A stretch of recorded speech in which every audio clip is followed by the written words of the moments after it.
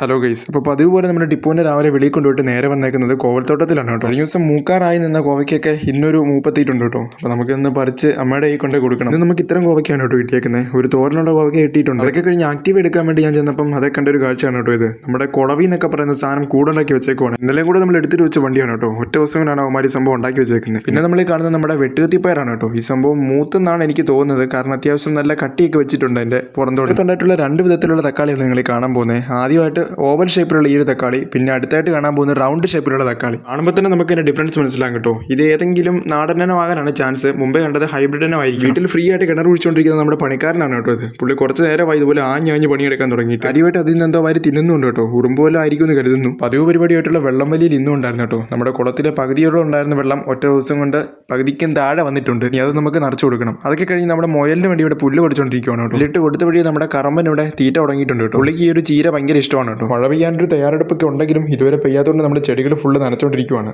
ആദ്യമായിട്ട് നമ്മുടെ വീഡിയോ കാണുന്നവരെ ലൈക്കും കമൻറ്റും ഒക്കെ ചെയ്ത് നമ്മളെ സപ്പോർട്ട് ചെയ്യാൻ മറക്കല്ലേ.